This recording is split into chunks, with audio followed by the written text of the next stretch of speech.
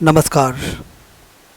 अनंत कथा अमृत के आज के अध्याय में हम नीम करौरी में बाबा की जो लीलाएं रहीं उनके बारे में जानते हैं।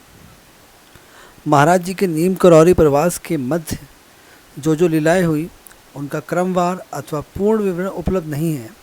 उनके शरीर लीला के बाद श्री सिद्धि माँ के बार बार नीम करौरी पधारने पर तथा आग्रहपूर्ण जिज्ञासा व्यक्त करने पर महाराज जी के प्रवास काल के कुछ जीवित बचे वृद्ध और अन्य लोगों यथा चौबे जी जो कि अब दिवंगत हैं, श्री राम सेवक गुप्ता, सुदामा देवी जी जिन्हें गांव छोड़ने से पूर्व महाराज जी ने मंदिर का कार्यभार या जिम्मेदारी सौंपी थी, जो कि अब दिवंगत है। एक वृद्ध मुसलमान भक्त लालता प्रसाद कन्नौजिया आदि द्वारा महाराज जी की लीलाओं के कई रोचक अलौकिक प्रसंग सुनने को मिले।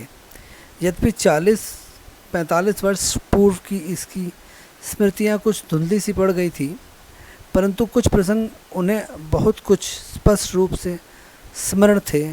यथा खेत में बनाई गुफा में एकांत में समाधि लिए हुए बाबा जी का कठोर आदेश था कि बिना उनकी आज्ञा के कोई भी गुफा में प्रवेश ना करे। बाहर से ही बाबा जी की सेवा हेतु दूध, फल तथा अन्य भोज्य पदार्थ उन्हीं के द्वारा चयनित एक सेवक गोपाल बहलिया हरिजन द्वारा रख दिए जाते थे। बाबा जी कब बाहर आते, स्नान शौच आदि से निवृत्त होते, यह कोई ना जान पाता। एक दिन गोपाल बिना आज्ञा अपनी ही धुन में गुफा में प्रवेश कर बैठा तो वहाँ का एक दृश्य देखकर भयभीत हो दूध का लोटा फेंककर गुफा के बाहर आकर बेहोश हो गया। उसने देखा बाबा जी लेटे हुए हैं अर्धनग्न समाधि की अवस्था में और बड़े बड़े फनधारी नाग उनके चौड़े वृक्ष में खेल रहे हैं।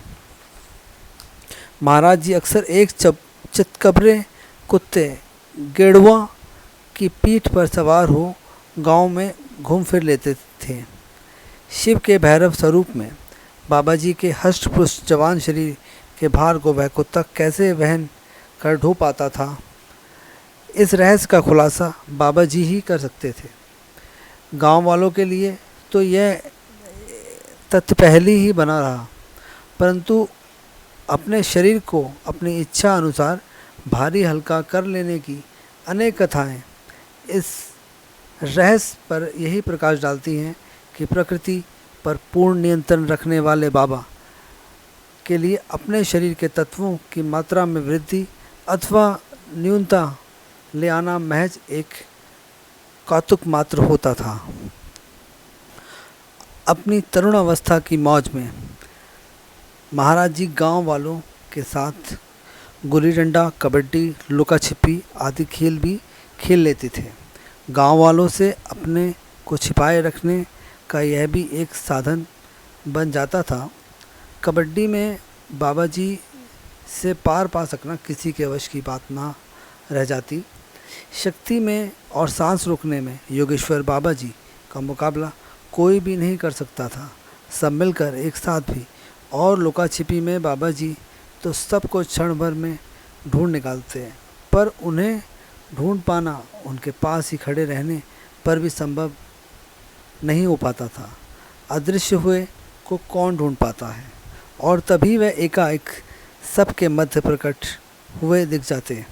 महाराज जी के योग के ऐसे रहस्य तब भोले भाले ग्रामवासी क्या समझ पाते। इसी प्रकार पेड़ की एक डाल से दूसरे डाल अथवा एक पेड़ से दूसरे पेड़ पर उनका पहुंच जाना भी रहस्य ही बन गया।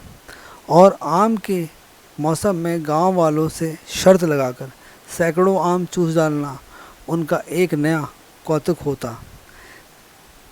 किस योग अग्नि में इतनी संख्या में आम समाहित हो जाते, किसको खबर ना होती।